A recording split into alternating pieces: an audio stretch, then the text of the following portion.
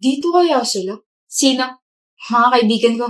Oh, hindi pa kasi nila alam na joke ka eh. Haasarin ako eh. Cyrus! Farrell! Blaze! Tignan mo nga naman ang timing. Girlfriend mo? Hi, I'm Blaze. Farrell. Hindi ko siya girlfriend. Hindi mo siya girlfriend? Actually, hindi ko siya kalala. Nagpapasama lang kung nasan yung isang clothing store. Totoo ba? Kala namin girlfriend mo kasi ngayon kala namin nakita may kasamang babae tapos nandito pa sa mall.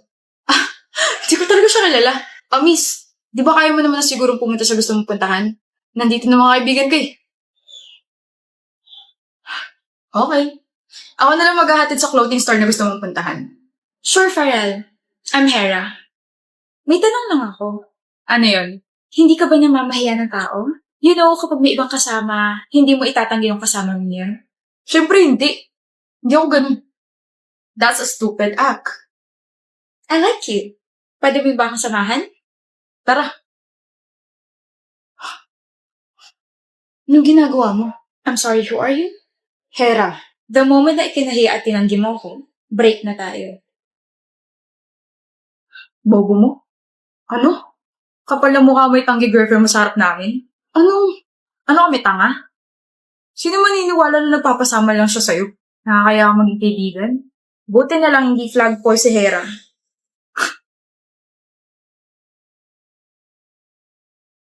Good morning, Lauren. Ano yung nasa mukha mo? Makeup. Sabi mo kasi try ko na mag-makeup. Tada! Ang ganda, diba? Sabi ko, bumili ka muna. Hindi ko sinabi gamitin mo agad. Mukha kang panda, Bebs. Pandas are cute. Ikaw lang yung panda na hindi cute. Pero, Hoy, Carmina. ba't ka tumatawa, Rabi? Ano klaseng mukha yan? Pangit! Naglagay ka pa ng makeup. Kala mo naman kinaganda mo yan. Kakasira ka naman ng araw. Sorry. Tapos tumabi ka pa kay Lauren. Eh di lalo ka ng liit. Diba, Lauren? Sino ka para insultuhin siya? Sino nagbigay sa'yo ng karapatan para pagsalitaan siya ng masasakit na salita, ha? Totoo namang pangit siya. Ikaw yung pangit dito. Sa ugali ka na nga lang babawi, kinulang ka pa. Hoy, Rabis, mag-sorry ka sa kanya. Ayoko. Magsasorry ka o babatukan ulit kita. Sa pangalawa kong batok, baka makalimutan mo na pangalan mo. Mag-sorry ka kay Carmina. Sorry. Wag mo nang kakausapin at lalapitan tong kaibigan ko kung hindi kakaratihin kita. Alis! Okay lang naman ako, Lauren. Di ka pangit, maganda ka, Carmina. Di lang patay yung eyeliner mo. Tsaka, di lang masyadong maayos yung eyeshadow mo. Pero maganda ka. Kaya halika sa CR at bubuharin natin yung makeup mo. Mag-lip tint ka muna tsaka mag-overnight ka sa bahay namin. Tuturuan kita mag-makeup. Love mo talaga ako, best friend, no? Kadiri pero, oo, love you. Tapos na pa project natin, Lay? Ewan ko, Sab. Tanong mo nga si Yumi. Yumi, tapos na project natin. Oo. Kanina madaling araw ko pa napasa sa email ni Ma'am. Thank you. Thank you. Good morning, class. Hindi tayo mag-discuss today pero gusto ko lang i-remind na Miss Leigh Gregory and Mr. Seb Guzon. Kayo na lang hindi nagpapasa ng projects. Kindly pass it later, okay? Look, Ma'am, nagpasa na po kami. Yumi, di ba pinasa mo na yung project natin? Miss Yumi? Oo nga pala. Yes, ma'am. Pinasa ko na yung project kaninang madaling araw po. Kaso pangalan ko lang yung nilagay ko kasi hindi naman tumulong si Leigh tsaka si Seb ko eh. Look! Mr. Guzon and Miss Gregory, pass it later, okay? I'll be waiting until 4 p.m. and I won't be accepting any late projects. Class dismissed. What was that, Yumi? Bago kayo magreklamo, gusto niyo ba i-screenshot ko yung convo natin sa GC para malaman ni ma'am na puro excuses kayo? I gave you enough time to do your parts, kaso wala eh. You're both busy with your own lives. Uy, may chance na bumagsak kami. So?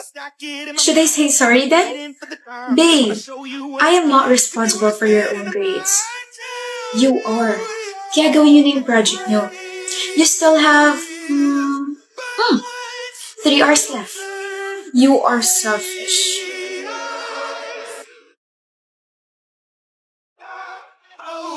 misery.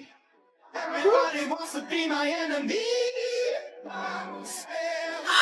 Kaninong bag ba ito napakalat-kalat ha? What if ihagis ko to sa labas ng classroom? What if ikaw ang ihagis ko, ha? Di mo ba nakikita yung tag dyan? Kaya nga ako nagtatanong kasi hindi ko nakita, diba? E di sana chinecheck mo muna. Tamad. For your information, hindi kaya ako tamad. Lazy lang. Marunong ako maglinis, magluto at maglaba. Tamad pa rin ba ako sa lagay na yon, ha? Ano gagawin? Sana pinabillboard mo, no? I hope tumama yung hindi liit mo sa edge ng table. Sana hindi mo maabot yung likod mo kapag nangati bigla. May pangkamot ako. Share mo lang. You are so annoying, Aldrin. You are so annoying, Aldrin. Arte, ganda ka.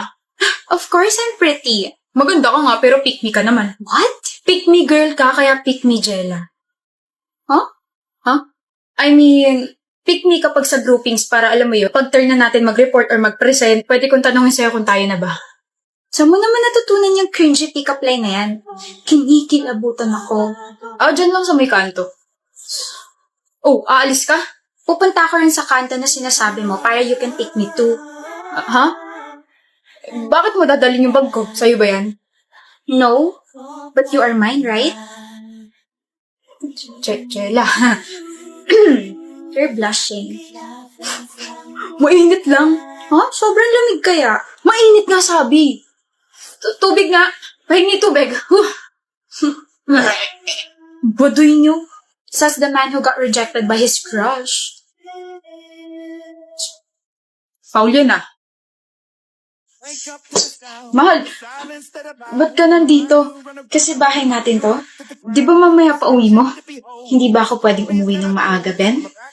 Hindi lang kasi ako sanay na alas 5 pala nandito ka na. Why are you sweating? Hindi naman mainit ah. Nag-exercise kasi ako. Really? Baka naman kinakabahan ka. Ba't naman ako kakabahan? Wala kaya akong tinatago. Wala naman ako sinabi may tinatago ka. Wala ba? Nasabi mo kaya? Ben, Mahal, please umalis ka muna. ayoko. Biel, Hindi ka pa rin talaga nadadala, no? I'm sorry. Palagi ko pa rin naaabutan na inaayos mo yung surprise para sa birthday ko. Kakainis na. Palagi ka kasing late na nag-aayos. Palagi mo nakakalimutan na umuwi ako ng maaga tuwing birthday ko, di ba? Mahal naman kasi. Palagi ang aga umuwi. Pinapauwi ako ng maaga ng boss ko eh. Sino ba kasi yung boss mo tayo makisama? Kukutusan ko. Ako. Ako yung boss, Ben. Sabi ko nga eh. Hindi pa rin ba talaga tapos? Hindi pa. Kakalat ko pa yung petals tapos hindi pa tapos yung sinaing ko. Should I wait here? No baby, bawi na lang sa susunod na surprise. Siguro next week. Paano ka makakabawi sinabi mo na agad? Hindi ko naman sinabi kung anong araw.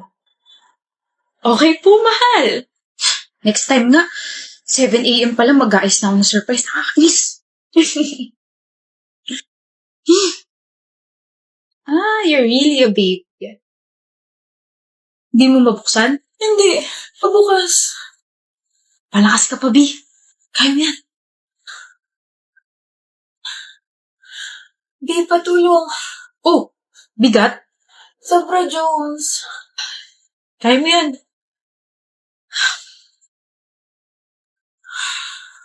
Di pa abot nga ng remote. May kamay ka, diba? Abutin mo. Samahan mo ako sa registrar bukas, ha? Inaya mo nga pumasok sa school dati na wala ko, diba? Kaya mo na rin yan. Nakakainis ka na. Bakit ka ba ganyan? Ganyan. Ayaw mo na akong tulungan sa lahat. Kailangan mong kumilos at masanay na walang tulong ko. Bakit? May iba ka na ba kaya ka ganyan? Sa iba mo na ba ginagawa yung mga ginagawa mo sa akin dati? Ano? Alam mo, bahala ka sa buhay mo. Nix! Ate, tara na. Matagal niyo na bang alam? Matagal niyo na bang alam na may sakit siya? Kaya pala hindi niya na ako tinutulungan sa mga bagay-bagay kasi alam niya nang mamamatay na siya. Sinasanay niya na pala ako mamuhay na hindi dumidepende sa kanya. Pero sana nagsabi siya para naman nakapag-prepare ako. Kasi yung huling usap namin, sinabihan ko siya na baka may iba na siyang babae. Inaway ko siya tsaka tinalikuran. Ate Nix. Yun na pala yung huli. Visit ka, Jones. Visit ka. We should schedule our wedding next year, babe. Ang daming kailangan pagplanuhin. Ayoko madaliin to. Of course, Giselle. Kung ano gusto mo, mahal. We're getting married, Dex. Paano kung bumalik yung greatest what if mo? Huwag mo nga akong titigan. Can't help it, Ishi. Naramdaman ko hindi ka okay, kaya dinalhan kita ng pagkain. Mahal kita, Dex. Happy 4th anniversary, Ishi. Will you marry me? Hindi pa ako ready, Dex. Kung ganon, hihintayin kita. But you can't. Ishi. Ishi, wait. Sorry, I'm late, hubby. It's okay. Are you hungry? Hungry, not hungry. Let's go, wife. Siya ba yun? Giselle. Yung babaeng kinukwento mo nung nasa getting to know each other stage pa lang tayo 2 years ago? The woman who rejected your proposal because she wasn't ready? Let's go back. I'm sorry, love. Why did you propose, Dex? Giselle, please. What did you feel after knowing that she's already married to someone else? Dami sigurong what if dyan sa utak mo, no? What if hinintay mo siya? What if you stay beside her while she's reaching her dreams? What if hindi ka napagod? What if... Stop. I wonder kung ito yung sing-sing na dapat para sa kanya. I just have a final question and I want you to be honest with me. Umasa ka ba na single pa rin siya hanggang ngayon? Yes. Thank you for the wonderful 2 years. Wala na mangyayari kasal.